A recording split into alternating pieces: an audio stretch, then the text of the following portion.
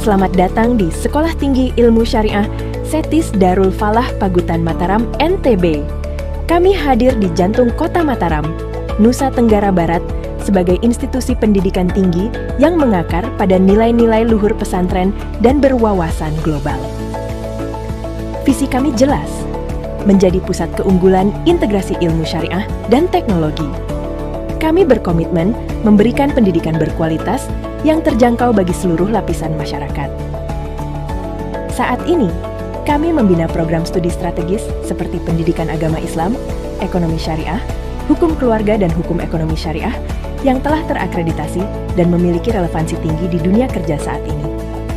Mengapa memilih Setis Dafa? Karena di sini, mahasiswa tidak hanya belajar teori pendidikan, hukum dan ekonomi, tapi juga ditempa karakter dan akhlaknya melalui lingkungan Islamis yang kuat. Fasilitas penunjang mulai dari perpustakaan digital hingga laboratorium peradilan semu tersedia untuk mengasah skill praktis mahasiswa kami. Penerimaan mahasiswa baru tahun akademik ini telah dibuka. Segera daftarkan diri Anda dan jadilah bagian dari keluarga besar Setis Darul Falah. Kunjungi kampus kami atau daftar secara online. Mari jemput masa depan gemilang bersama Setis Darul Falah.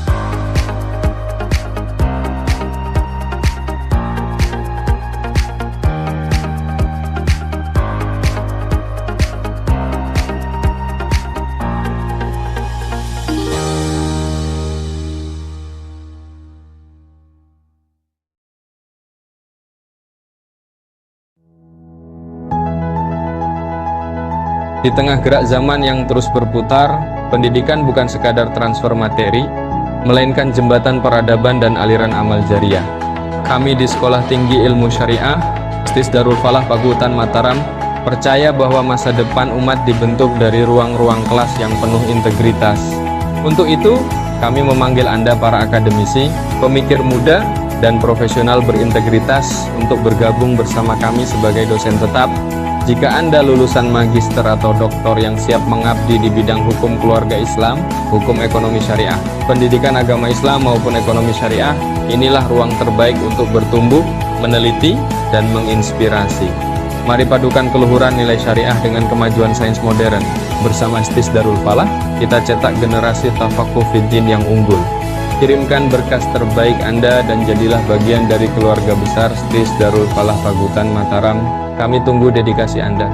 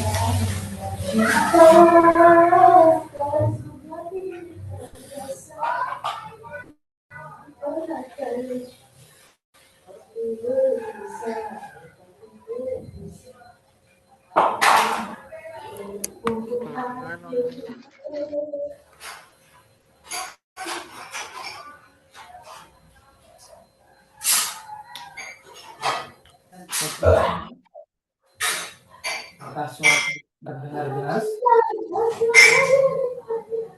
Ada kurang. Di sini bisa tanya.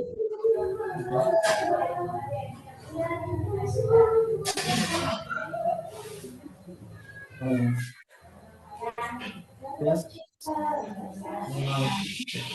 oh, nggak bisa deh. Nggak bisa ya? Dibuka biasa aja deh lagi. Nah, kedengeran nih.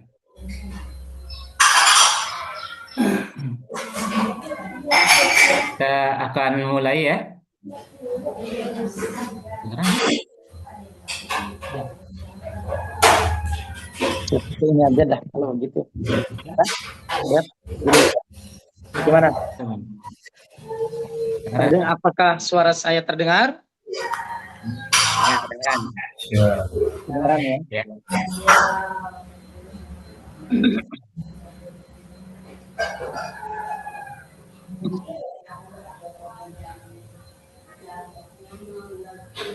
Tidak, Kevin dimulai saja.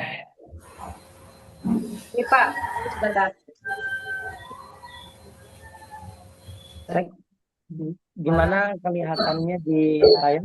Terbalik atau gimana? Tidak, Dia terbalik? tidak, normal.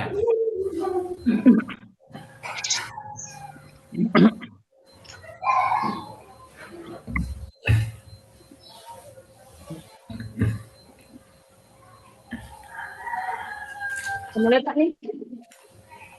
Baik, silakan. Bismillahirrahmanirrahim. Assalamualaikum warahmatullahi wabarakatuh.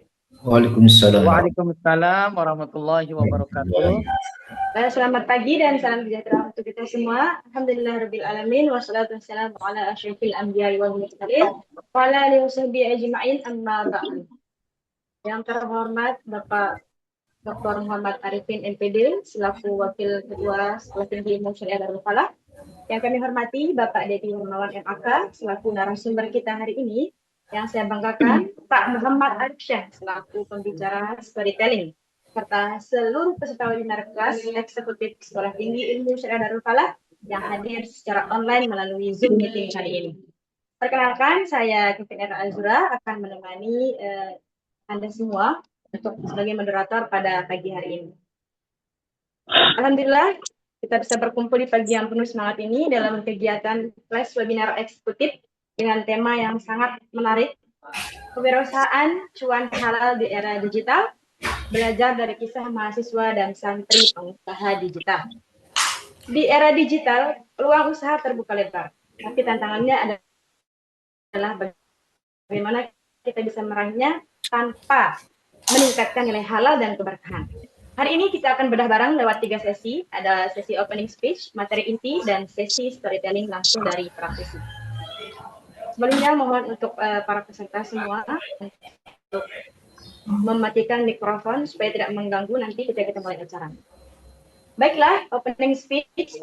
Acara kita buka dengan opening speech dari Bapak Dr. Muhammad Arifin MPD selaku Wakil Ketua STIS Darul Falah. Kepada Bapak Dr. Muhammad Arifin, waktu dan tempat kami persilahkan. Baik, terima kasih kami sampaikan kepada moderator yang sudah memberikan saya waktu dan kesempatan. Assalamualaikum warahmatullahi wabarakatuh.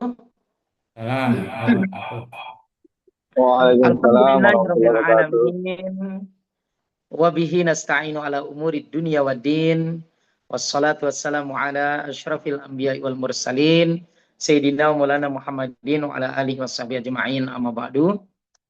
Good morning everybody.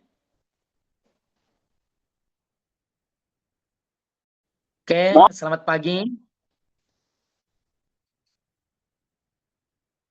Puji syukur kita panjatkan kehadirat Allah Subhanahu wa taala yang sudah memberikan kita berbagai macam nikmatnya, mulai dari nikmat dunia maupun nikmat agama, nikmat kesehatan, keapiatan, sehingga alhamdulillah pada pagi yang barokah ini kita bisa bersama-sama hadir walaupun menggunakan Zoom meeting, walaupun dalam program webinar, tapi insya Allah tidak mengurangi dari esensi atau nilai-nilai dari apa yang kita niatkan, apa yang kita lakukan pada hari ini, yaitu menambah ilmu pengetahuan kita.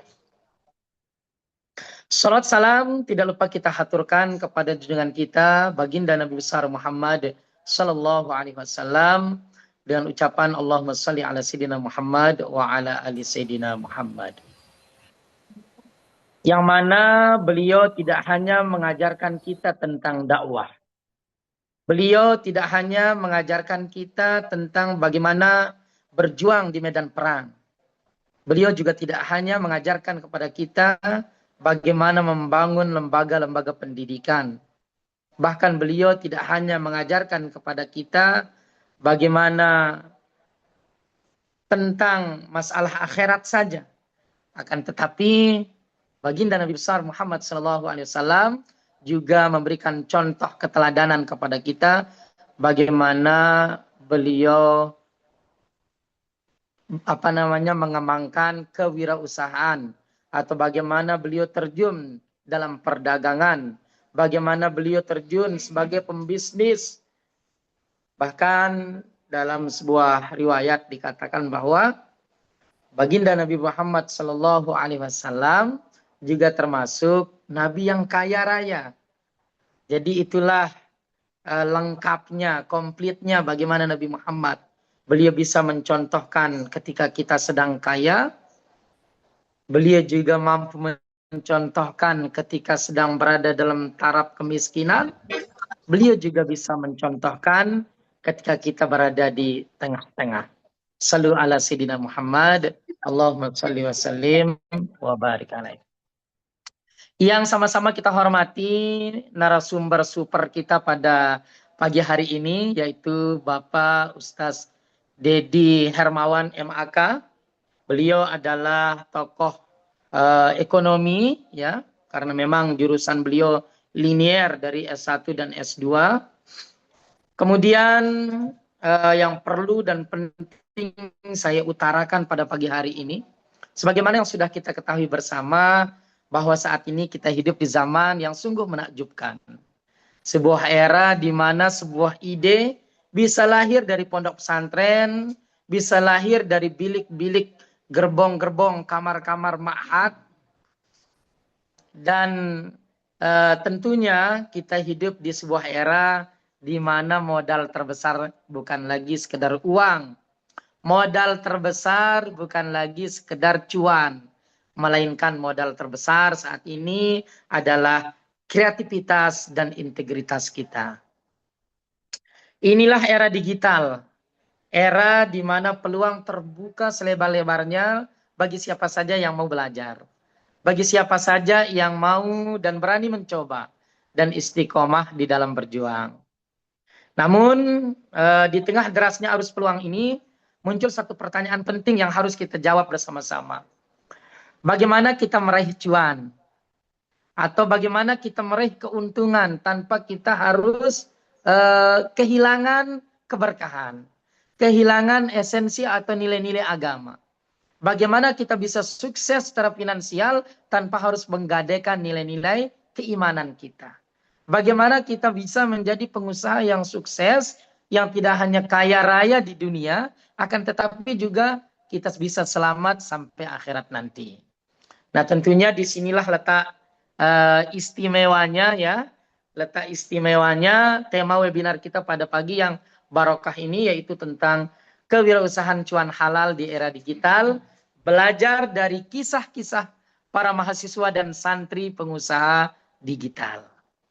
Tentunya ini sebuah tema yang menegaskan bahwa kesuksesan dan kehalalan itu bukanlah dua hal yang bertentangan. Namun justru halal adalah pondasi dari sebuah keberkahan. Sekali lagi saya tegaskan, halal adalah pondasi dari keberkahan. Dan keberkahan adalah ruh dari kesuksesan yang sejati dan berkelanjutan. Baik teman-teman, para narasumber dan teman-teman webinar pada pagi hari ini yang saya hormati. Hari ini kita akan diajak untuk belajar langsung dari sumbernya, dari pakarnya, yaitu dari kisah inspiratif para mahasiswa dan santri yang telah membuktikan bahwa mereka mampu berdiri, mereka mampu berdikari sebagai pengusaha digital yang tangguh. Mereka adalah bukti hidup bahwa sarung dan laptop bisa berpadu. Bahwa kitab kuning atau kutubut turos dan strategi pemasaran digital bisa berjalan secara beriringan. Bahwa bangku-bangku perkuliahan dan ruang bisnis bisa menyatu dalam sebuah harmoni. Mereka telah membuktikan bahwa identitas sebagai santri atau mahasiswa bukanlah penghalang. Bukanlah sebuah tembok penghalang, melainkan justru menjadi modal moral dan spiritual yang membuat bisnis mereka berbeda, punya distingsi, dan bernilai lebih dari bisnis-bisnis orang lain. Kemudian dari mereka tentunya kita juga akan belajar tentang banyak hal. Bagaimana mengubah keterbatasan menjadi peluang, bagaimana kita memanfaatkan teknologi tanpa terjebak oleh teknologi itu sendiri. Lalu bagaimana juga kita membangun brand, membangun merek yang tidak hanya menjual produk, akan tetapi juga menyebarkan kebaikan, menyebarkan keberkahan, menyebarkan dakwah, serta bagaimana menjaga prinsip-prinsip ulumus syariah di tengah godaan jalan pintas yang ditawarkan oleh dunia digital saat ini. Kemudian tentunya saya berharap ya kepada kita semua, semoga webinar ini bukan hanya menjadi ajang transfer ilmu, transfer of knowledge. Akan tapi saya berharap webinar ini juga bisa menjadi ajang transfer of values. Bagaimana juga mentransfer, tidak hanya mentransfer ilmu pengetahuan, akan tetapi juga mentransfer nilai-nilai, mentransfer values, juga menjadi titik tolak lahirnya generasi-generasi unggul, generasi-generasi baru pengusaha muda Indonesia. Tentunya generasi yang tangguh, berakhlakul karimah, memiliki attitude yang baik, berdaya saing global, dan tetap berpijak pada nilai-nilai agama, nilai-nilai keislaman dan keimanan. Generasi yang membuktikan bahwa anak muda Indonesia mampu menjadi tuan rumah ekonomi di negerinya sendiri dengan cara yang halal dan tentunya diridhoi oleh Allah Subhanahu wa taala. Jadi akhir kata dengan mengucapkan kalimat Bismillahirrahmanirrahim, webinar ilmiah dengan tema kewirausahaan cuan halal di era digital, belajar dari kisah mahasiswa dan santri pengusaha digital, secara resmi saya nyatakan dibuka. Selamat mengikuti, semoga ilmu yang didapatkan bermanfaat dan penuh barokah. Sekian terima kasih dari saya, Dr. Muhammad Arifin, Wakil Ketua 1 STIS Darul Falah, mengucapkan selamat dan mohon maaf. Hadanallah wa iyyakum ila sabilil falah wal muwaffiq ila aqwamit thoriq. Wassalamualaikum warahmatullahi wabarakatuh. Waalaikumsalam warahmatullahi wabarakatuh. Terima kasih banyak atas sambutan yang sangat luar biasa dari Bapak Dr. Muhammad Arifin. Semoga menjadi pembuka yang baik untuk acara kita di siang hari ini. Baik, selanjutnya kita akan lanjut ke penyampaian materi oleh narasumber kita. Beliau adalah Bapak Dedi Hermawan MAK, sebagai dosen STIS Darul Falah yang ahli di bidang akuntansi dan kewirausahaan syariah. Kepada Bapak Dedi Hermawan, waktu dan tempat kami persilahkan. Ya, kedengaran suara saya? Iya, Pak, Kedengaran. kedengaran. Baik. Assalamualaikum warahmatullahi wabarakatuh. Waalaikumsalam warahmatullahi wabarakatuh. wabarakatuh. Alhamdulillah. Waalaikumsalam warahmatullahi wabarakatuh. Selamat datang teman-teman mahasiswa di sesi webinar kewirausahaan kita. Jadi hari ini kita ngobrol santai tapi serius ya. Serius soal sesuatu yang memang sangat dekat dengan kehidupan kita. Bagaimana mencari cuan. Nah, kalau dulu mencari uang, sekarang gara-gara kita terlalu dekat dengan Cina ya, kita lebih sering menyebutnya cuan sekarang. Bagaimana mencari cuan, yaitu rezeki yang halal di era digital. Dan kita tidak akan belajar dari teori semata, tapi dari kisah nyata mahasiswa dan santri yang sesuai yang seusia dengan Anda yang sudah membuktikannya. Ya, saya akan share sedikit materinya. Ya, tunggu sebentar ya. Share.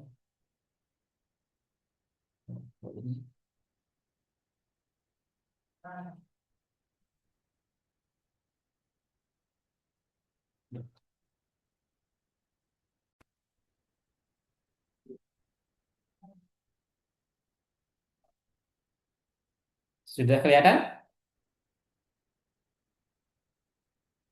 Saya? Sudah, Pak, sudah kelihatan. Oke.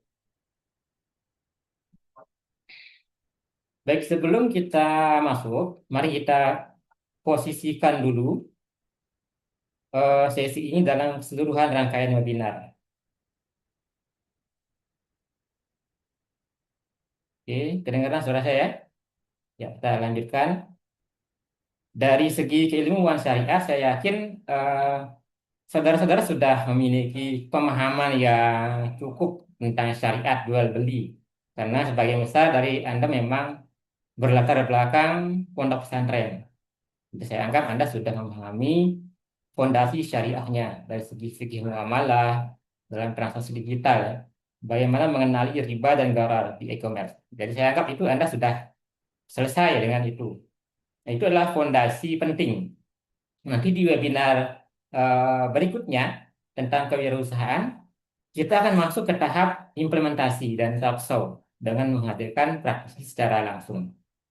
Nah, sesi ini adalah jembatannya. Kita akan melihat bagaimana anak-anak muda yang seusia seperti Anda ini bisa menerjemahkan teori syariah dan teori bisnis itu ke dalam praktik bisnis sehari-hari. Jadi sini adalah ruang belajar dari pengalaman para praktisi, bukan dari buku. Nah, lanjut slide berikutnya. Nah, ada 3 hal yang saya ingin memastikan bagaimana Anda begitu selesai dari webinar ini membawa pulang ilmu yang penting. Yang pertama, saya berharap webinar ini akan memberikan Anda inspirasi yang nyata. Anda akan melihat bagaimana bahwa orang-orang yang seusia dengan Anda, bahkan ada yang masih SMA, bahkan ada yang di pondok pesantren sudah berhasil membangun bisnis dari nol. Yang kedua, saya berharap nanti begitu webinar ini selesai, Anda memahami bagaimana strategi praktis, bukan teori muluk-muluk, tapi taktik marketing digital yang benar-benar terbukti di lapangan berdasarkan pengalaman mereka. Dan yang ketiga, yang paling penting sebagai mahasiswa pada perguruan tinggi Islam, pelajaran hikmahnya. Jadi kita akan kaitkan setiap kisah dengan prinsip syariah yang sudah Anda pelajari. Jadi catat tiga ini, yang itu inspirasi, strategi, dan hikmah.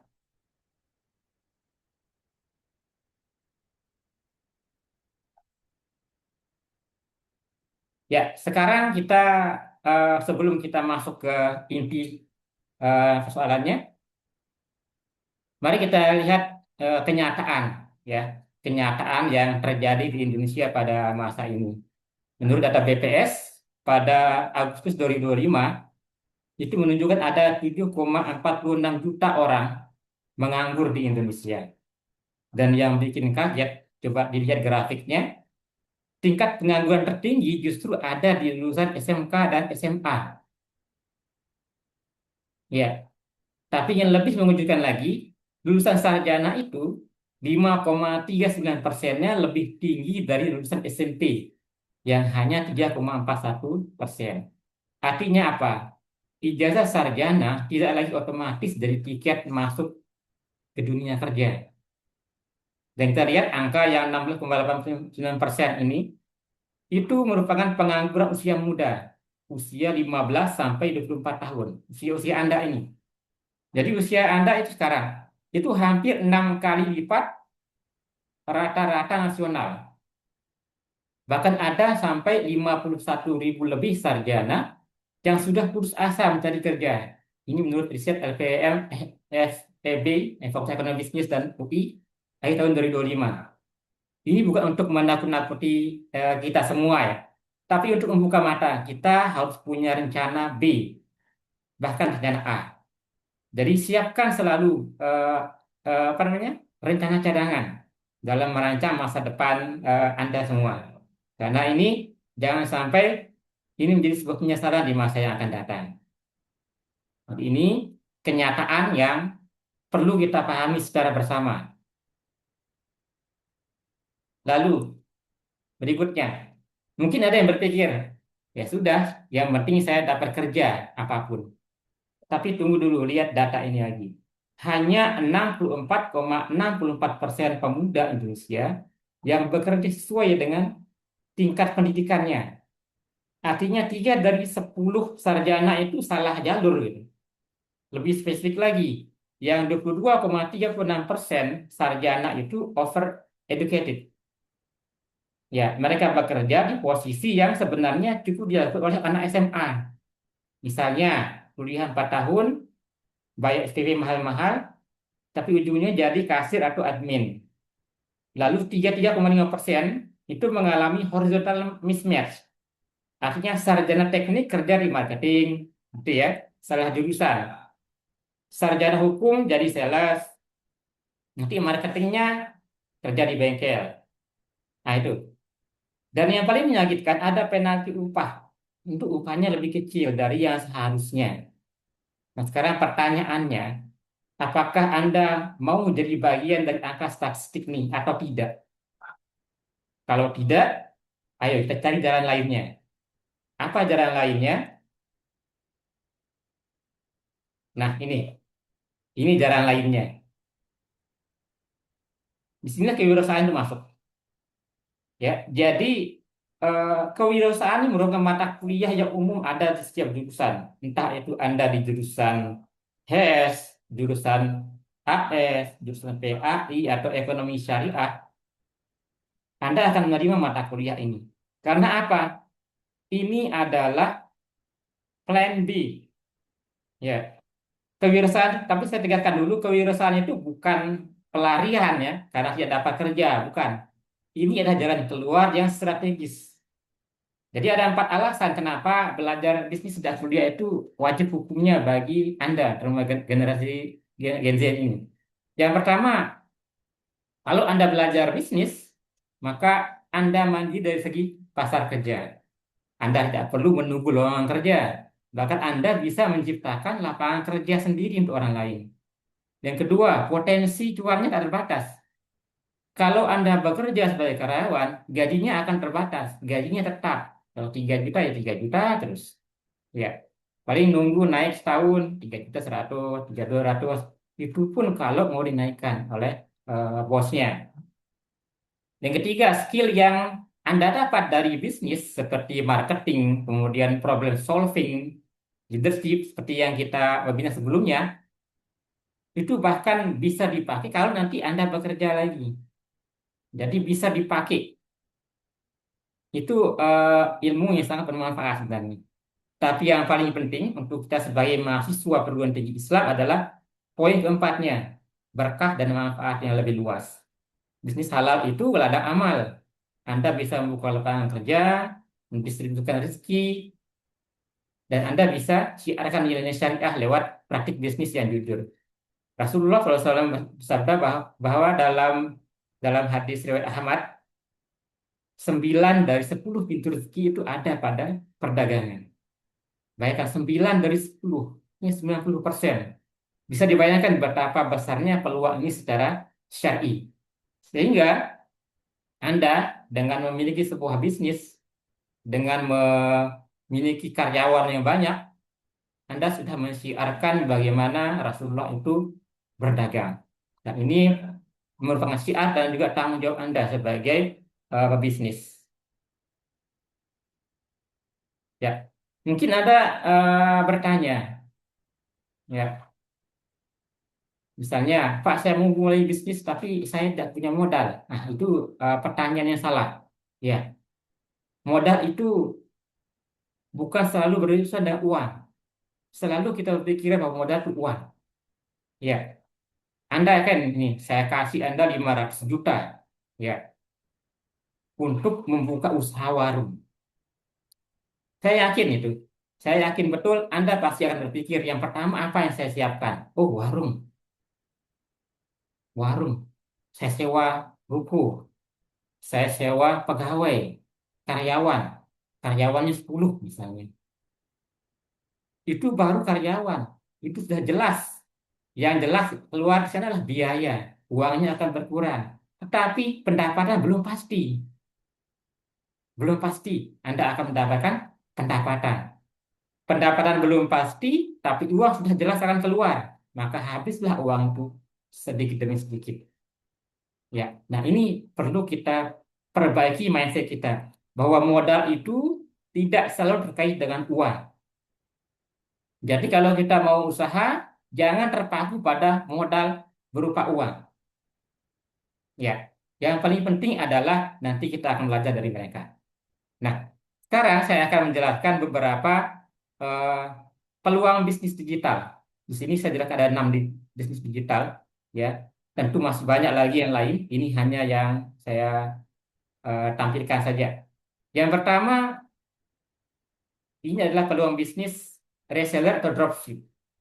Misalnya Anda jual produk supplier tanpa perlu menyimpan stoknya. Modalnya 0 sampai 500 ribu.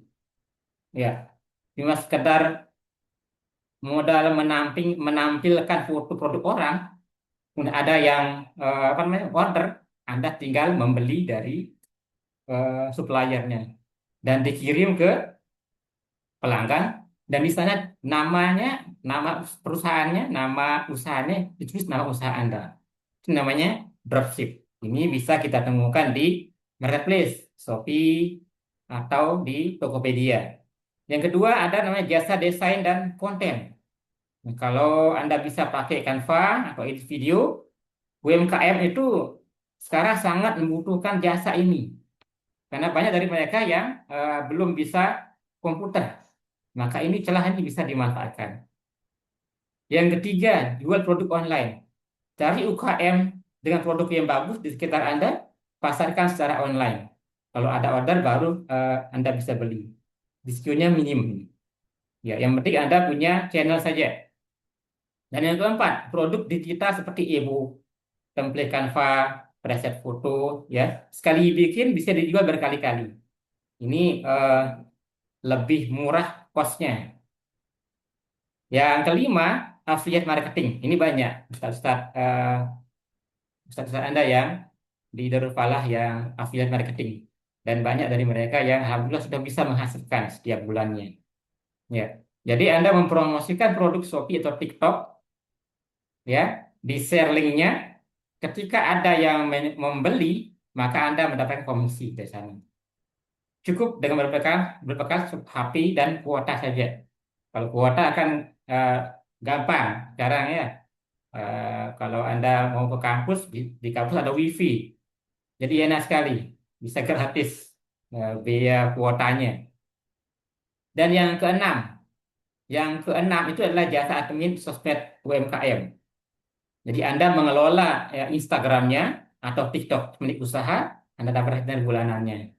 Sekali lagi, masyarakat kita masih banyak yang masih tidak paham dengan teknologi.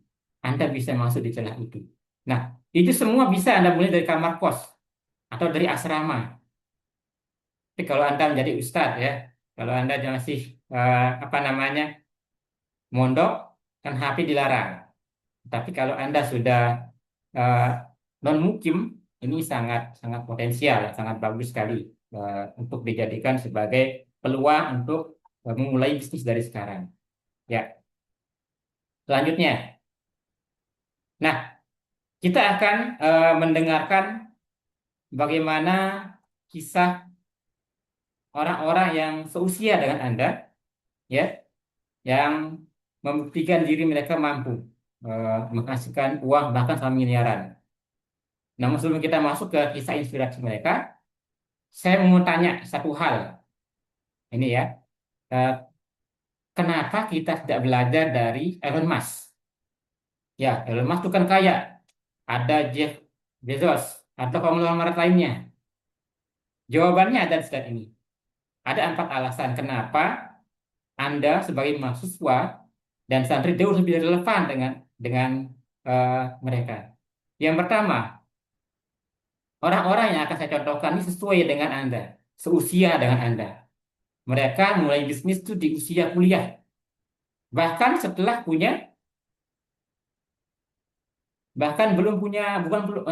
mereka tidak punya modal awalnya. Yang kedua, latar belakang mereka itu sama kayak Anda.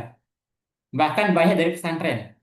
Dan itu membuktikan bahwa nilai-nilai santri tidak menghambat sukses bisnis.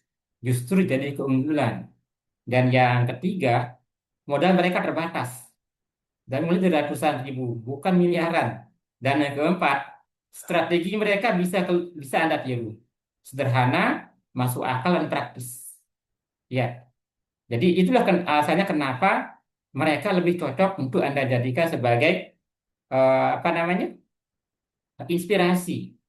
Kalau dari Elon Musk memang orang tuanya udah kaya, asetnya udah triliunan. Anda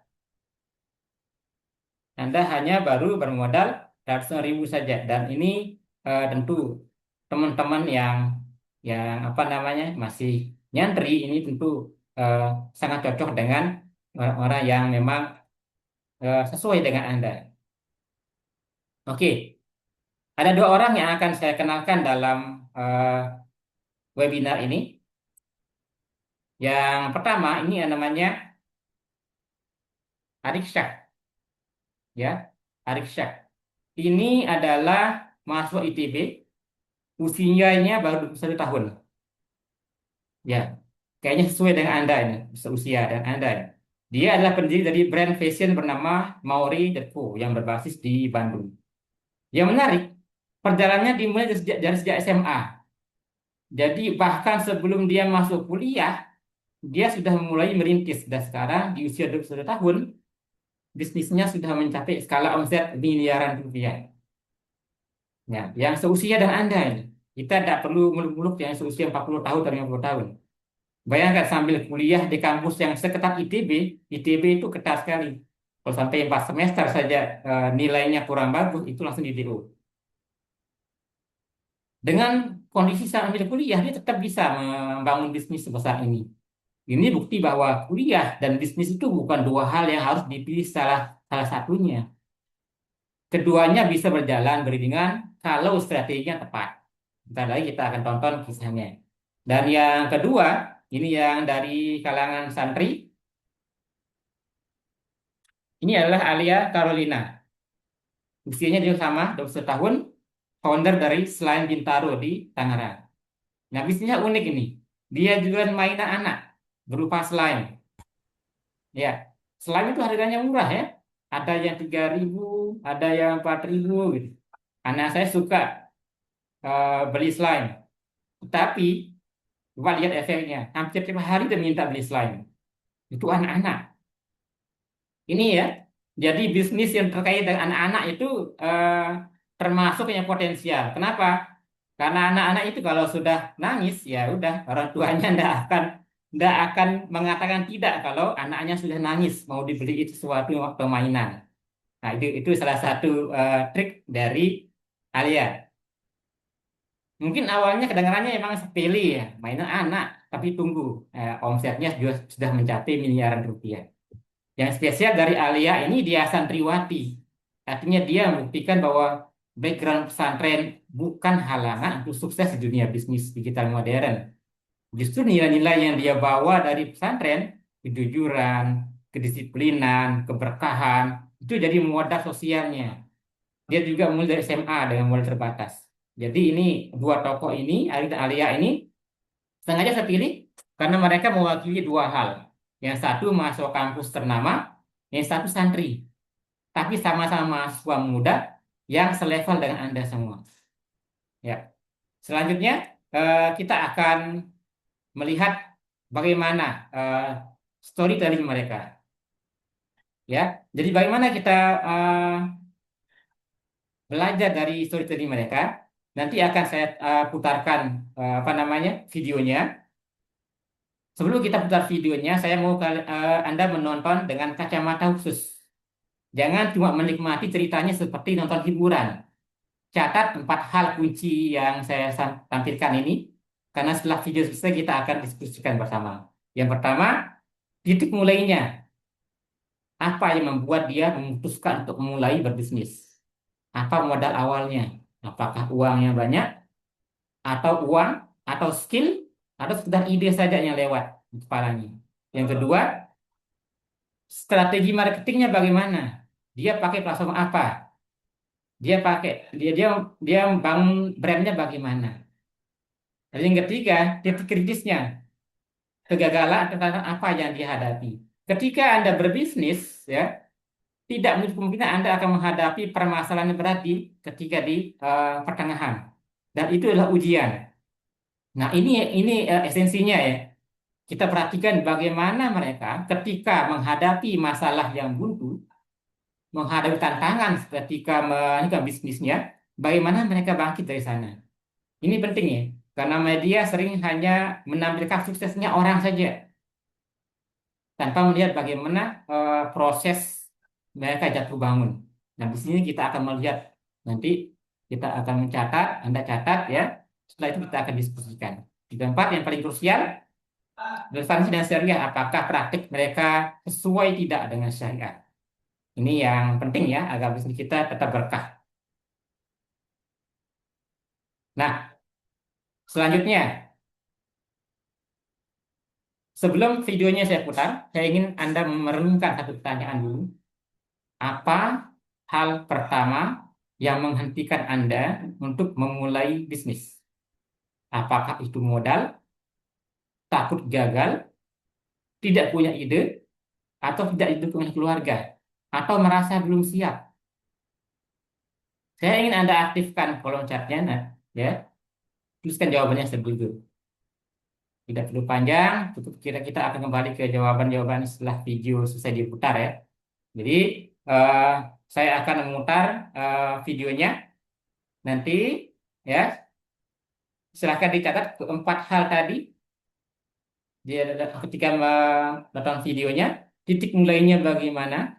Apakah mereka mulai dari uang atau skill atau ide? Strategi marketing mereka bagaimana? Dan bagaimana mereka melewati masa-masa sulitnya? Itu yang titik kritisnya nanti, yang perlu sekali karena ini eh, umumnya ya, umumnya bisnis itu akan bertahan paling lambat 3 tahun, terutama di UKM. Paling lambat 3 tahun. Ya, banyak bisnis yang bangkrut di usia 3 tahun. Itu titik krusialnya. Biasanya ujian pertamanya akan datang. Kalau pebisnisnya bisa mengatasi itu, maka dia akan naik level menjadi bisnis yang lebih bagus lagi. Baik, kita mulai ya. Kita putarkan videonya supaya teman-teman bisa mengambil hikmah dari perjuangan mereka.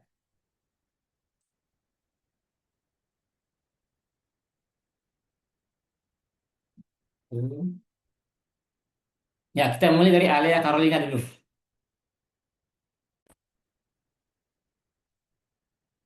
Perkenalkan, nama aku Alea. Aku usianya sekarang 21 Ada tahun. suaranya? Aku kelahiran 2004.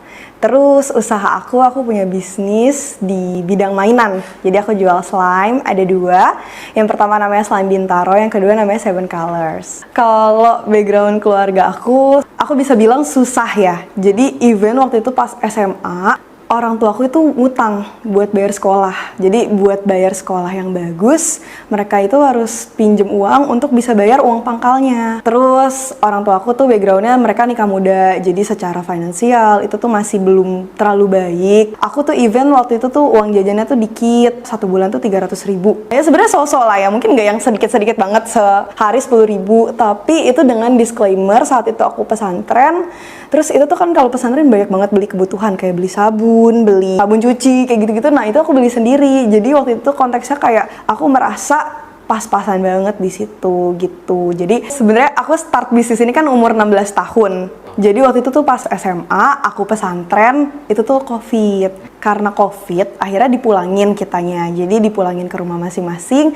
Nah dari situ aku lihat di TikTok lah ya. Jadi kebetulan FYP aku tuh orang bikin bisnis semua. Dan aku tuh kayak FOMO lah ya istilahnya, kayak orang ini mereka bisa sukses dengan bikin bisnis sendiri, bisa punya penghasilan sendiri. Tuh akhirnya aku ke-trigger lah, aku juga pengen sukses kayak mereka kayak gitu. Akhirnya aku coba-coba bikin bisnis. Waktu itu aku pertama coba resell produk papaku. Jadi papaku tuh reseller kayak makanan hewan gitu. Aku coba jual, terus tapi juga itu kayak sebulan cuma kejual 1-2. Akhirnya waktu itu tuh aku kebetulan suka banget sama slime ya. Pas SMA karena punya uang jajan sendiri, akhirnya aku beli bahan-bahannya, aku bikin. Nah ternyata hasilnya tuh menurut aku bagus, dan mamaku bilang waktu itu kayak kenapa nggak coba dijual aja gitu. Akhirnya ya udah aku jual aja, aku masukin ke Shopee. Waktu itu event per 2 minggu tuh belum ada penjualan, tapi sebenarnya Slime Bintaro tuh startnya dari situ. Akhirnya aku iseng-iseng, setelah 3 minggu mungkin ya, 3 minggu sampai 1 bulan kejual lah produk satu pieces kayak gitu. Modal awal ya mungkin ini sebenarnya aku ngerasa aku beruntung ya, tapi waktu itu even uang jajan aku 1 bulan 300.000. Jadi misalnya dari 300.000 itu aku sisihin misalnya 150-200 buat beli bahan-bahannya. Nah udah dari situ ngegulung. Jadi aku bisa bilang mungkin modalnya mungkin awal-awal 300.000-an sih. Alhamdulillah dari Allah, rezeki dari Allah sih, nggak semuanya bisa kayak gini gitu.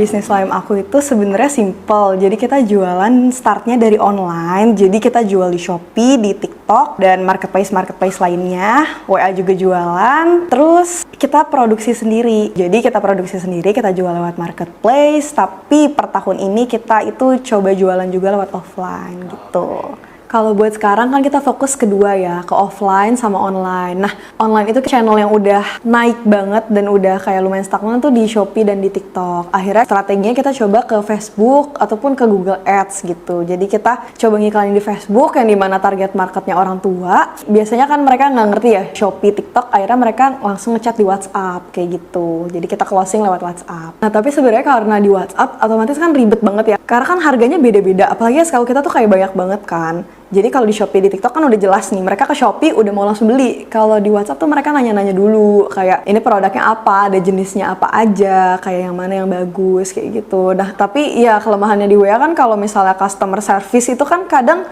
suka nggak fast respon ya. Padahal sebenarnya ibu-ibunya tuh mau closing sekarang juga gitu buat beli produknya. Jadi emang sebenarnya aku ngerasa kalau bisnis terutama jualan di WA tuh fast respon segalanya gitu. akhirnya aku ngerasa rata-rata pertanyaan customer tuh lumayan repetitif. Akhirnya aku coba-coba carilah kayak fitur-fitur atau aplikasi yang bisa buat bales chat otomatis. Aku coba, aku ketemu ada namanya Hello AI. Jadi Hello AI itu basisnya ChatGPT. Nah, dia tuh kayak bisa bales customer secara fast respon dan AI-nya tuh always learning. Itu tuh bener-bener ngebantu aku buat hemat waktu banget dan fast respon karena bener-bener bisa 24 jam sih.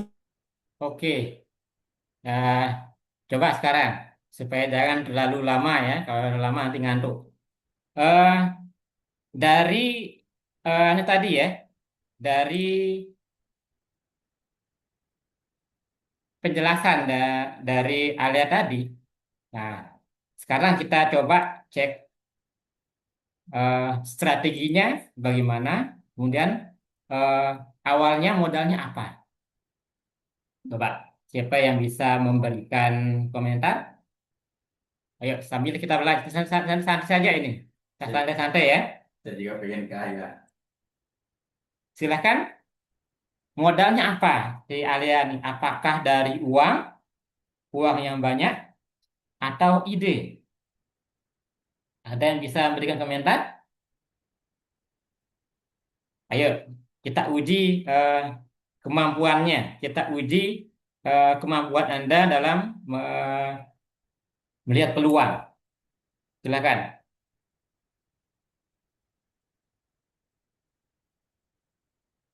Ada? Ayo pemuda, ayo. Saya yakin Anda semua ini satu level, seumuran dengan Alia. Masa kalah sama cewek? Ada?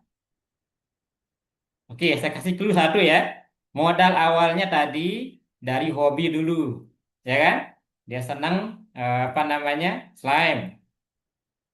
Oke, satu dari hobi dan dia lihat peluang slime. Slime itu mainan anak memang, ya. Tapi lihat kalau anak kecil kalau sudah merengek, nangis, tidak mungkin, apalagi bapaknya tidak mungkin tidak ngasih. Kalau seorang bapak, ya. Kalau ibu masih penting lah. Kalau emak-emak aja ya, emang kuat emak-emak. Paling diceramain anaknya. Tapi kalau seorang bapak nangis, anaknya gara-gara mau nonton, mau minta apa namanya, minta dibeliin slime, nah itu sudah pasti nyerah bapaknya. Nah itu ya, itu kita satu clue satu itu. Jadi si Alia ini melihat modalnya bukan uang, ya, bukan uang yang banyak, tetapi dimulai dari ide, dari hobi. Oke, selanjutnya eh, strateginya tadi dari apa? Ayo, ada yang bisa memberikan komentar? Kita santai saja ya, tidak apa-apa, tidak apa-apa. Silakan, Ustadz Ahzanif bisa memberikan komentar. Dia jualnya di mana, ya? Jadi ini kita belajar, ya, kita belajar bagaimana melatih masa otak kita melihat potensi, melihat peluang. Ya, ya, perhatikan kembali. Tadi si Alia mengatakan awalnya dia jualan online, ya. Dia jual online awalnya. Kenapa? Kalau jual offline itu butuh toko, keluar biaya lagi, ya kan? Kalau online itu lebih murah, ya. Jadi kenapa dia mulai dari online? Karena dia tidak perlu toko, dia jual online atau dari tetangganya. Begitu dia sudah jalan, ya, ada bati atau ada keuntungan, keuntungan itu dia putar, dia kembangkan lagi untuk menjadi apa namanya, untuk membuat toko dijual secara offline. Nah, ada lagi yang bisa memberikan komentar. Kita lanjut dulu ya, kalau gitu ya. Jadi, eh, mumpung masih belajar, latih otak Anda untuk melihat bagaimana menangkap peluang yang ada di luar. Ya, peluang itu datang setiap hari di hadapan kita. Cuma kita tidak terlatih untuk menangkapnya dengan cepat. Oke, saya lanjutkan lagi ya videonya. Hello AI bales si customer. Pokoknya sejak pakai Hello AI, aku ngerasa bales chat customer jauh lebih cepet, operasional customer service aku juga jauh lebih rendah, dan otomatis salesnya jadi jauh lebih meningkat. Poin plusnya tuh AI agent ini tuh natural banget. Jadi kayak bener-bener kita chat sama manusia, dan si AI-nya tuh bisa dilatih sesuai dengan SOP bisnis kita gitu. Bahkan dia tuh bisa cek stok barang, cek ongkir, dan sampai kirim invoice ke customer. Kalau kamu pengusaha retail, F&B, atau bisnis apapun, percayain deh customer servicemu ke Hello AI. Biar Hello AI aja yang bantu kamu urus pelanggan. Jadi kamu bisa fokus ngurusin strategi yang lain yang lebih penting. Dan buat harganya itu jauh lebih hemat dibandingin kita harus pakai customer service sendiri. Jadi kalau emang kalian tertarik, boleh banget langsung kontak customer service-nya Hello AI. Kalau perkembangan toko aku sendiri, waktu itu 2020 aku start Oktober. Di Oktober tuh belum ada penjualan sama sekali. Kalau nggak salah November baru ada 1-2 order seminggu. Nah di Desember itu mulai ada tuh orderan tiap hari. Kayak cuman misalnya 1-2 resi. Tapi konsisten 2021 orderan awal tuh semester 1 tuh masih kayak per hari ada 10-20. Semester 2 alhamdulillah makin banyak, 50-60 resi per hari. 2022 mulai stagnan, jadi 2022-2023 mungkin aku bisa bilang sehari ratusan resi ya. Mungkin awal yang 2022 200-300 resi, 2023 itu 400-500 resi. Nah puncaknya justru sebenarnya di 2024. 2024 ini aku mulai bisa fokus ke marketing. Tadinya kan 2020, 2021, 2022 itu fokusnya operasional aja. Produksi sendiri, gudang sendiri, packing sendiri, nyelesain masalah. 2024 aku udah mulai lebih fokus ke marketing, udah mulai bisa ngonten. Akhirnya di 2024 itu sempat pecah telur, 1000 per hari di 2024. Tapi by the way 2023 itu pernah kayak misalnya sehari tiba-tiba viral 2500 sehari resi.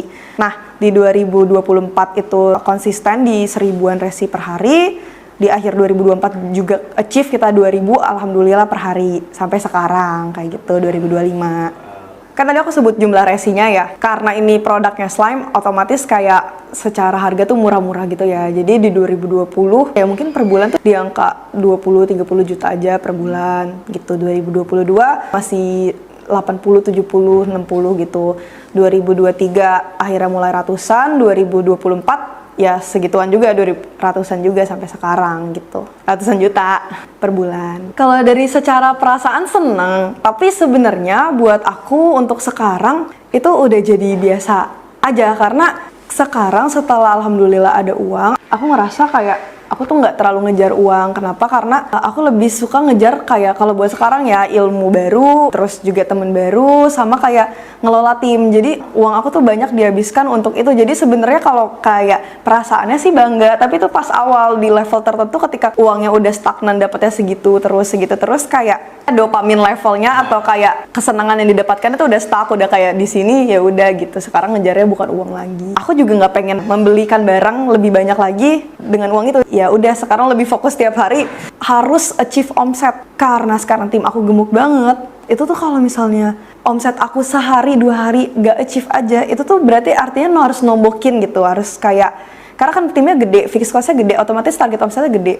Nah itu tuh tantangan benar-benar sehari-hari, tiap hari kita masih struggle di situ. Apalagi di era kompetitor makin banyak. Sekarang semua orang mau bikin bisnis, anak muda kan. Ya it's a good thing, tapi kayak buat aku jadi tantangan terbaru lah gitu. Tapi ya justru itu jadi seru ya, gamenya ada, jadi motivasi hidupnya juga ada nih, kita harus nyelesain masalah ini gitu. Awal ngerintis jelas sendiri dong, pasti tidak punya uang untuk meng-hire orang. Tapi akhirnya di 2021 kebetulan karena aku pesantren, COVID-nya udah selesai, disuruh balik lagi ke pesantren. Otomatis kan aku nggak bisa menjalankan bisnis nih tanpa orang kan. Akhirnya di situ aku mulai berani hire orang. Itu tuh kurang lebih ada 5 lah. Itu semua kerjanya packing, produksi gitu. Bahkan buat print resi aja mereka perlu aku ajarin satu-satu gitu. 2022 itu mulai ada, kalau nggak salah 11 orangan ya. Nah, di 2023 itu aku mulai bisa buat konten, TikTok Shop mulai naik, aku belajar banyak banget tentang marketing. Di situ titik baliknya. Sama aku punya mentor. Jadi waktu itu bener-bener itu yang ngerubah hidup aku banget, mentor aku ya. Aku lihatlah di TikTok, yang beliau bahas ini stage-nya sama nih sama yang aku lagi masalahin gitu. Akhirnya aku kontak beliau mau coaching aku gitu. Akhirnya dari situ aku punya mimpi. Beliau bilang, ini kamu potensinya besar, ini kamu bisa lebih gede dari ini. Tadinya nggak punya mimpi setinggi ini, aku kayak cuman datar gitu, kayak ya udah ngadepin aja masalah sehari-hari. Apalagi kan tadi aku udah ngomong juga, aku anaknya konsisten, istilahnya kerja keras tiap hari tuh ngerjain itu aja, masalah lagi. Aku malah ngerasa diri aku punya value gitu, aku punya oke, aku berhasil nih hari ini karena aku berhasil mengerjakan ini. Tapi ternyata itu tuh nggak membawa aku kemana-mana. Akhirnya ketika aku punya mentor, kamu daripada fokus nyelesain masalah sehari-hari, mendingan kamu fokus ngestrategin masa depan. Dari situ, itu semua berubah. Jadinya tadinya sehari-hari, aku 3 bulan lagi harus kayak gini, harus hire ini, lebih banyak posisi strategis, itu semua berubah. Jadi aku punya tim marketing, punya HR, punya accounting, satu-satu semuanya satu-satu, pelan-pelan otomatis bisnisnya naik gitu. Kalau dulu kan kepalanya cuma di aku. 2023 itu karena mentor kasih tahu, terus punya mimpi jauh lebih tinggi banget. Jadinya kayak akhirnya semuanya naik, alhamdulillah naik banget. Dari yang awalnya misalnya ratusan resi jadi ribuan, jadi dulu 100, 200 ya, sampai 500 lah maksimal banget. Jadi aku punya 1.500 resi. Dan itu nggak akan terjadi kalau istilahnya operasional aku belum ada. Jadi waktu itu yang pertama aku hire kan HR tuh. Akhirnya HR ada, otomatis pengkali lipatan timnya bisa jauh lebih cepat. Akhirnya di 2024 awal kalau nggak salah ada 50-60 tim, operasional aman, tim marketing yang nendang bola buat biar makin omsetnya naik aman. Jadinya di situ titik baliknya gitu. Sampai Oke, ya kita potong sedikit ya supaya nyambung. Ya, eh, tadi kita mendengar cerita dari Alia ini bahwa dia mulai bisnisnya itu dari tahun 2020 ya, waktu itu COVID. Ya, ketika COVID ya, karena dia santri, ada kebijakan waktu itu seingat kita, semua santri dipulangkan. Ya, nah disitulah dia mulai memulai bisnisnya. Awalnya dia mulai sendiri, ya. Jadi sehari seminggu satu orderan begitu. Yang penting konsisten, itu intinya. Nah, kita banyak orang yang memulai bisnis itu tidak sabar. Baru seminggu cuma satu, kapan baginya ini? Itu sudah ngelemon. Maka Alia ini mengatakan konsisten, ya, konsisten. Kebanyakan memang kalau santri atau anak-anak SMA atau kuliahan itu memang masih tergantung pada orang tua.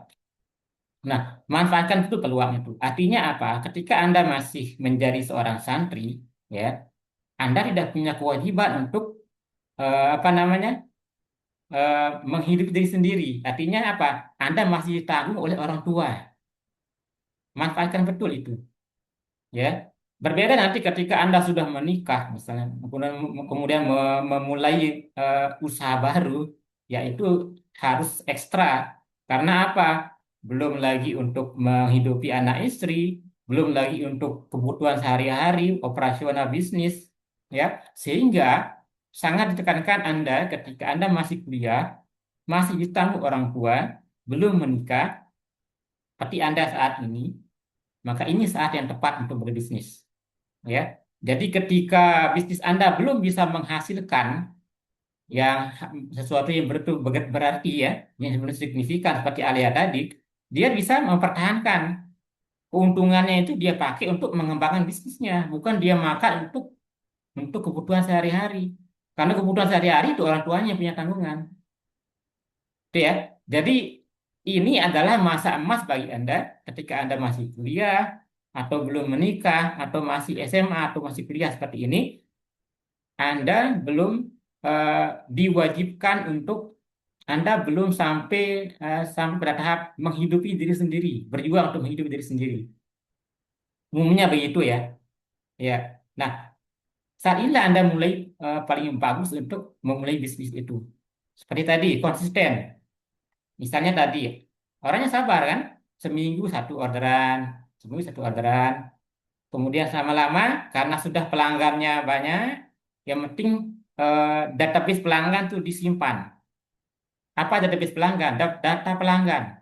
Itu pentingnya pelanggan itu. Jadi pelanggan itu ya ketika mereka belanja di kita, kita harus memberikan kesan yang baik bagi mereka. Kita catat nomor HP-nya, simpan dia di database pelanggan. Nah, inilah disebut dengan modal tadi. Jadi modal utama orang bisnis ya bukan uang, ya itu bukan yang utama. Memang butuh kita uang, tetapi itu bukan modal utama uang itu. Seperti saya sampaikan tadi, kalau seandainya saya kasih Anda uang 500 juta untuk buka usaha, misalnya usaha warung misalnya, saya yakin banyak dari Anda akan berpikir, yang pertama apa yang saya siapkan? Oh, saya sewa ruko yang besar. Saya pekerjakan karyawan. Belum menghasilkan uang, Anda justru sudah mengeluarkan uang yang pasti. Belum gaji karyawan setiap bulan. Sementara pendapatan belum pasti. Nah, itu dah kelirunya kalau kita menganggap bahwa modal itu adalah uang. Bukan. Modal itu adalah database pelanggan. Itu yang paling utama. Ya.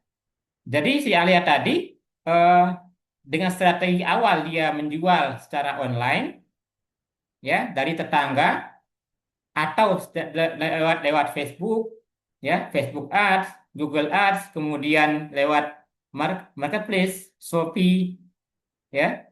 Di sana ada namanya dropshipper, ada supplier, maka itu dimanfaatkan betul hanya dengan bermodalkan HP dan kuota. Semiskin-miskinnya mahasiswa, saya yakin pasti punya HP. Ya, saya yakin punya HP. Meskipun Anda di pondok, saya yakin HP Anda lebih bagus dari dosen-dosen Anda yang ada di Darul Falah. Ya, karena itu manfaatkan betul. HP itu adalah fasilitas dari orang tua. Anda tidak perlu keluar biaya. Kemudian, kalau Anda untung, misalnya seminggu Anda untung 10.000, itu kan tidak mungkin untuk menghidupi diri sendiri. Tapi Anda dibiayai oleh orang tua karena masih kuliah, karena masih sekolah. Dimanfaatkan betul. Ketika nanti semakin dikembangkan, daftar pelanggan Anda semakin membesar, maka itu menunjukkan modal Anda semakin besar. Jadi saya katakan sekali lagi, yang paling utama untuk mulai bisnis adalah daftar pelanggan. Anda harus menyimpan nama-nama pelanggan itu, menghubungi mereka kembali, siapa tahu mereka akan ingin membeli lagi dari Anda. Itu database utama, itu modal utama kita memulai bisnis. Bukan uang semata ya, bukan uang semata. Kalau saya kasih Anda 500 juta, ingat, pasti itu akan menjadi biaya yang sangat besar, kemudian ujung-ujungnya Anda akan, usahanya akan mati. Karena pengeluaran udah banyak, penghasilan belum jelas. Itu strategi yang salah. Ya. Kemudian, tadi juga dia mencari mentor. Mentor itu siapa? Orang yang sudah terbukti berhasil bisnisnya. Termasuk Alia ini bisa Anda hubungi. Ada Instagramnya, ya, ada WhatsApp-nya. Anda bisa menjadikannya sebagai mentor.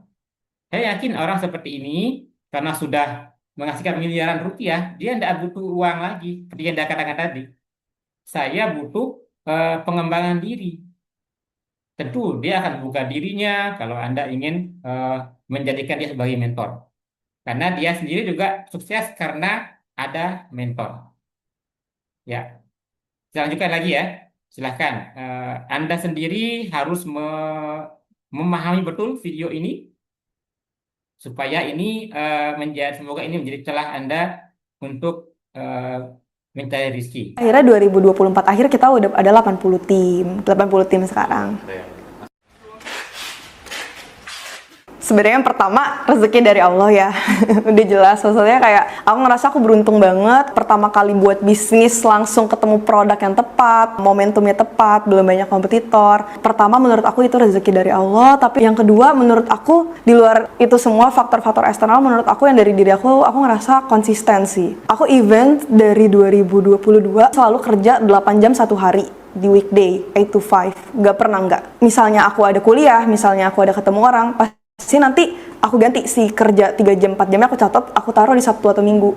Dan nggak pernah bolong sampai sekarang. Maksudnya sampai sekarang aku punya 80 tim pun aku nggak pernah sekalipun yang namanya bolos kerja sih. Tim aku juga bisa lihat aku nggak pernah telat juga gitu. Jadi aku ngerasa konsisten dari segi datang, maksudnya selalu bekerja. Kedua, konsisten dalam segi upgrade ilmu gitu. Aku ngerasa aku itu belum puas lah gitu. Aku pengen kayak ngembangin lagi bisnis aku, dan itu perlu konsisten karena kadang aku ngerasa dulu-dulu ya pas awal-awal semangatnya di awal doang. Tapi kalau sekarang tuh bener-bener terus memaksain diri aku buat semangat terus, buat belajar terus, buat upgrade ilmu terus, buat terus kerja gitu.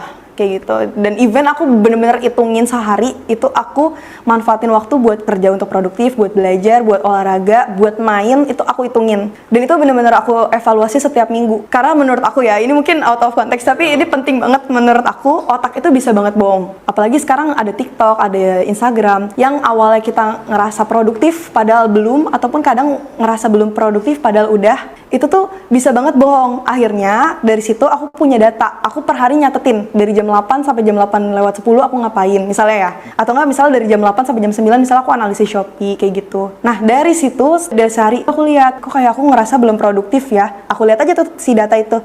Oh, ternyata aku udah produktif kok, aku udah 8 jam kerja.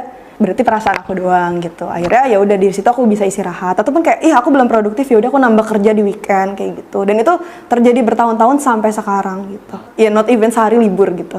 Menurut aku karena lingkungan ya, jadi aku udah membentuk lingkungan yang proper buat kerja kayak gini. Jadi aku gampang buat ke kantor, buat produktif gitu. Pokoknya aku jaga mati banget itu, kayak istilahnya selama aku kerja itu 5, aku not even nyentuh TikTok, Instagram, YouTube, Netflix sekalipun gitu. Jadi kalau misalnya emang otak nge-stuck, kerjaan kayak udah nge-stuck gitu, dudukin aja, diemin aja. Bosan itu wajar gitu. Jadi kayak diemin aja, nanti lama-lama biar otaknya tuh biasa dapat kesenangan atau dopamin dari kerja itu gitu. Kalau misalnya udah sekali kerja main Instagram, itu tuh jadi bikin orang nggak konsisten buat ngerjain yang susah kayak gitu. Apa aja yang udah diraih, mungkin aku nggak bakal banyak flexing juga ya, karena emang aku nggak banyak beli barang, paling cuma kayak mobil, terus kayak bisa ngasih orang tua. Sisanya tuh bener-bener aku alihin lagi ke bisnis. Kayak ini sewa kantor baru, terus juga aku buat gudang, terus habis itu sisanya karena mungkin masih muda ya, secara kebutuhan, dan kayak aku ngerasa apa yang aku beli itu jadi liabilitas, aku belum mau untuk ke arah situ, jadinya aku beli aset lagi, aku puterin buat jadi tabungan aja sih. Jadi aku belum beli apa-apa, maksudnya paling cuman kayak itu doang. Sama even aku ke luar negeri pun cuman sekali, sekarang pun juga aku nanti mau umroh juga gitu. Jadi aku nggak banyak mengeluarkan uang sih. Maksud aku nggak bahagia di situ sih, belum gitu mungkin titiknya ya.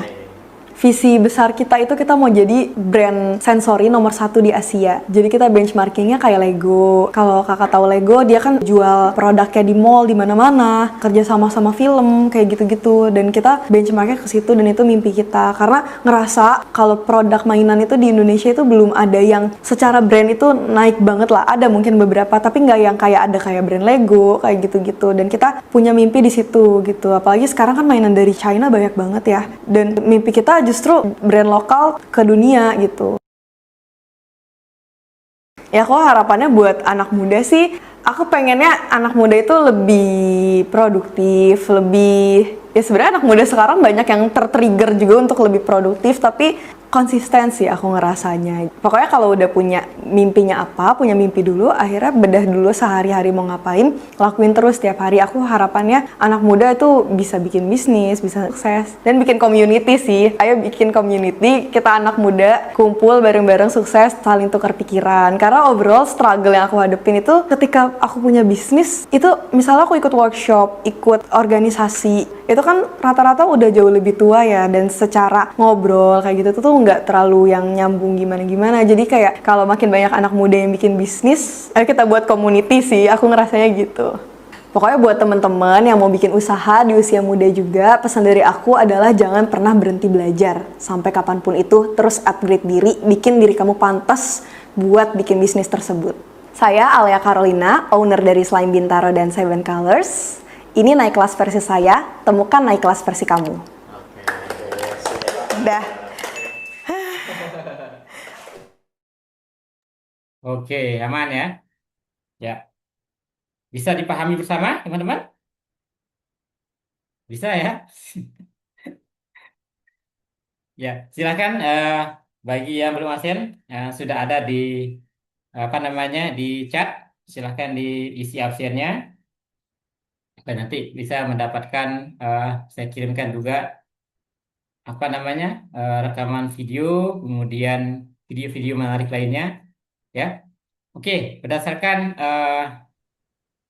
saya matikan dulu ini, gimana? Bisa? Ya, terkadang Silakan ketika para audiens mungkin ada pertanyaan. ya silakan, mungkin ada yang ingin mengajukan pertanyaan. Ya, silakan para audiens.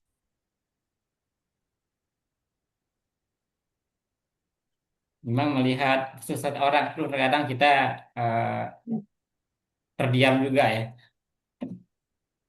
Kok bisa, dia bisa, kok saya tidak bisa. Nah, itu pertanyaan yang seharusnya ada dalam diri kita.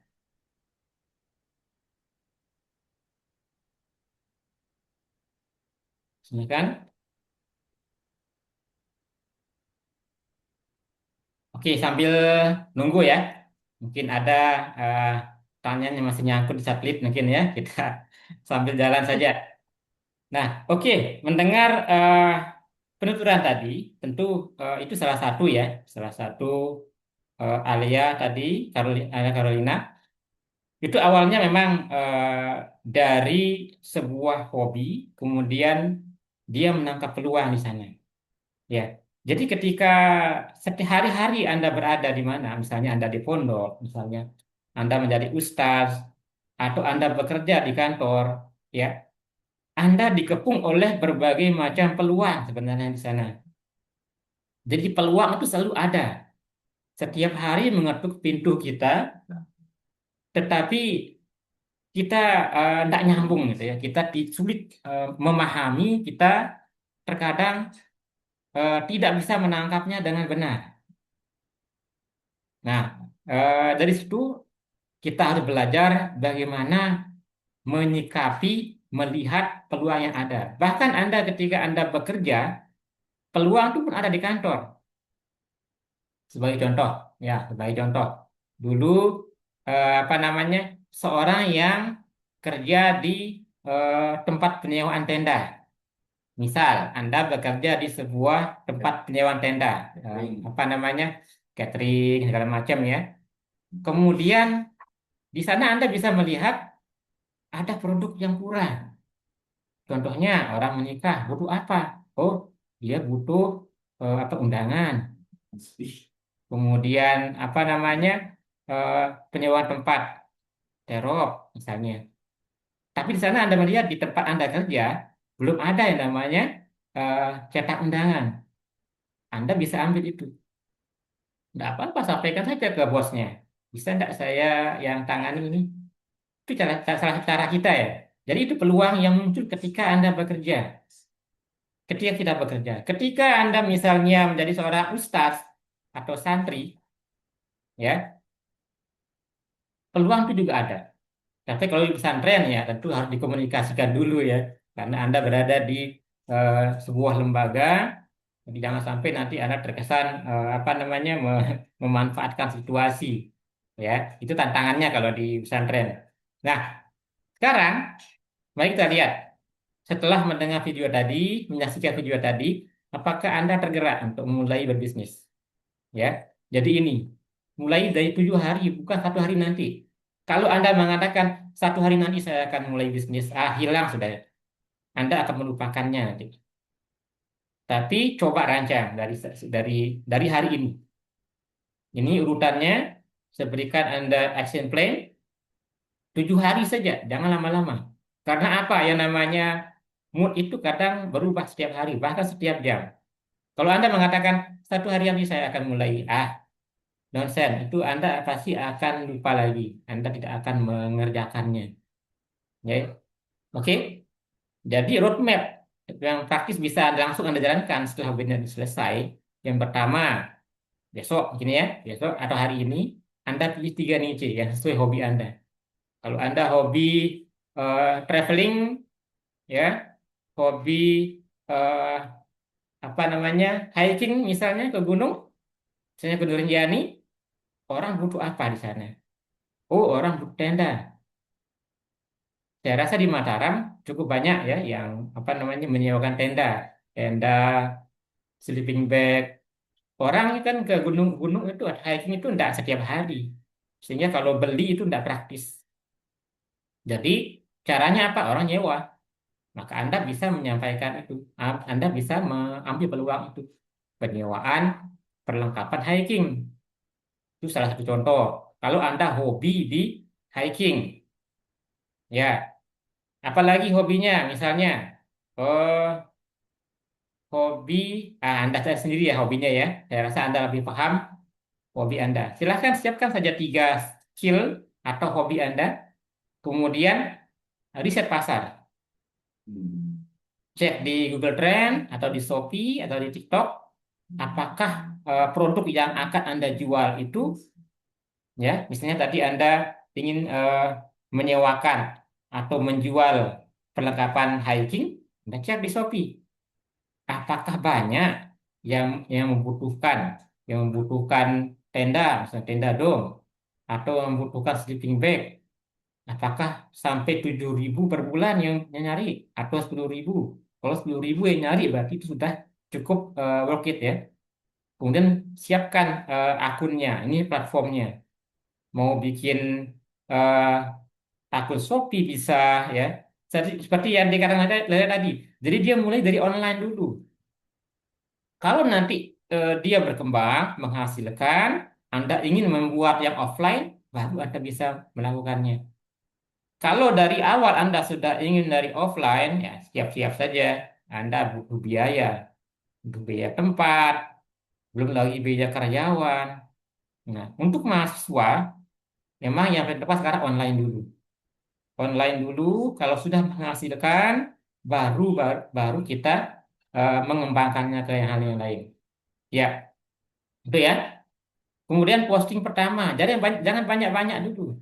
Lihat dulu produknya. Misalnya, oh saya upload eh, produk tenda dom misalnya. Fokus dulu, jangan banyak-banyak. Ini sekali upload 1.000 produk, pusing. Ya, belum ngelihat stoknya. Ya, karena stok itu setiap perusahaan-perusahaan atau supplier besar di Shopee itu stoknya banyak memang. Tetapi kadang mereka luput dari menghitung berapa stoknya. Ya, fokus saja dulu. Seperti yang dikatakan tadi, fokus dan konsisten. Jangan bahasa orang apa? Angan tai manuk, bahasa orang Sasak. Ya, konsisten. Apa berapa tahun yang dibutuhkan oleh Ayla tadi untuk bisa menghasilkan? 3 tahun. 2020, 2021, 2022. 2024 dia sudah bisa 1.000 order per hari. 1.000 order per hari, bayangkan. Cocok omsetnya miliaran. Itu apa? Dari konsistensi. Itu konsisten. Ya, fokus dan konsisten. Dan strateginya dari awal online dulu. Supaya tidak banyak keluar biaya dulu. Ya namanya kita ngerintis ya. Ya merintis ya dari sini dulu.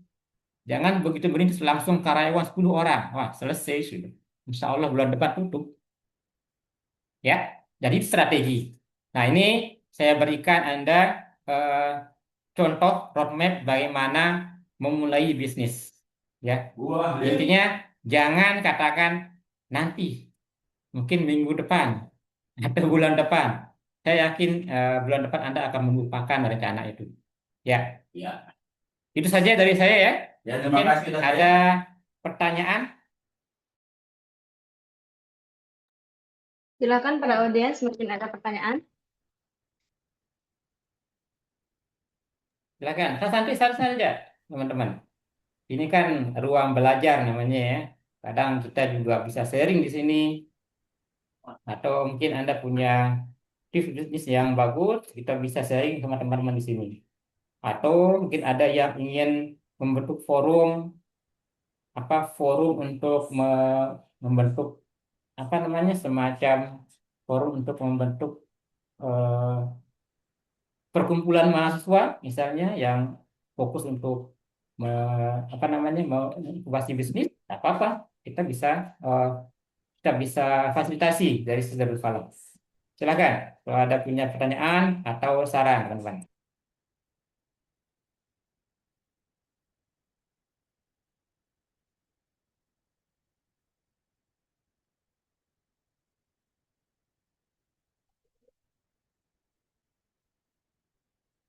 Absen, ya untuk absen sudah bisa diisi, linknya ada di chat ya. Silakan.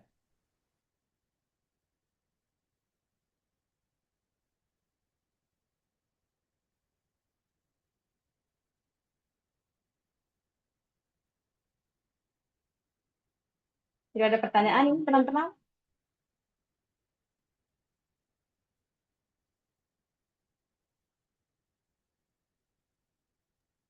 Kalau tidak ada, nanti bisa kita komunikasi lagi ya. Kita kan tetap fokus terhubung di WA, ya teman-teman ya. Insya Allah perkuliahan ini adalah bentuk perkuliahan teman-teman ya. Jadi perkuliahan dari teman-teman yang eksekutif. Jadi perkuliahan Anda itu tidak seperti yang reguler. Kalau yang reguler memang dari segi teoritis banyak. Tapi kalau yang Anda yang eksekutif ini, karena Anda ada orang-orang yang punya kegiatan lain di luar, jadi perkuliahannya itu langsung fokus berbasis hasil, ya. Jadi tidak sekedar teori, tetapi mengarahkan Anda untuk menuju ke praktik langsung, ya. Jadi sehingga materi-materinya memang lebih fokus ke arah itu, ya. Dan sangat mendukung Anda untuk lebih fokus dalam menyampaikan tujuan Anda sendiri, ya. Untuk absen silakan diisi. Nanti ini untuk menghitung menghitung nilai Anda juga. Soalnya nanti juga akan ada ujian akhir semester, ya, seperti mahasiswa yang biasa. Tapi emang Anda perkuliahannya itu satu mata kuliah itu hanya 2 kali pertemuan, tapi itu langsung ke intinya, ya.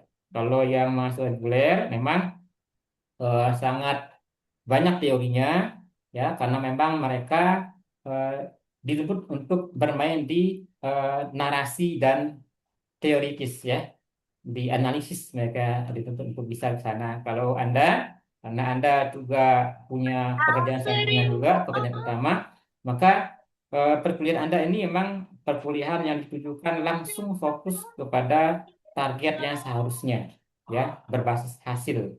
Sehingga kalau Anda tidak hadir sekali atau tidak ikut sekali, itu sebenarnya rugi sebenarnya, ya, karena perkuliahan Anda memang dirancang khusus untuk lebih efektif, jauh lebih efektif dari yang reguler. Ya, kalau tidak ada, Kevin mungkin bisa ditutup dulu ya. Baik, Pak. Baik, jika tidak ada pertanyaan, kita tutup webinar kita pada siang hari ini. Terima kasih mengucapkan kepada Bapak narasumber, Bapak Dedi Hermawan. Semoga webinar kita pada siang hari ini bisa menambah ilmu dan kita bisa terapkan di kehidupan sehari-hari. Akhirul salam, hadanallahu wa iyyakum ila sabilil falah wal muwaffiq ila aqwamit thoriq. Wassalamualaikum warahmatullahi wabarakatuh. Selamat datang di Sekolah Tinggi Ilmu Syariah Setis Darul Falah Pagutan Mataram, NTB. Kami hadir di jantung kota Mataram, Nusa Tenggara Barat, sebagai institusi pendidikan tinggi yang mengakar pada nilai-nilai luhur pesantren dan berwawasan global. Visi kami jelas, menjadi pusat keunggulan integrasi ilmu syariah dan teknologi. Kami berkomitmen memberikan pendidikan berkualitas yang terjangkau bagi seluruh lapisan masyarakat.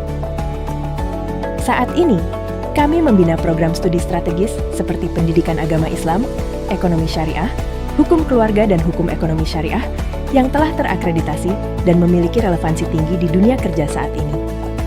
Mengapa memilih Setis Dafa?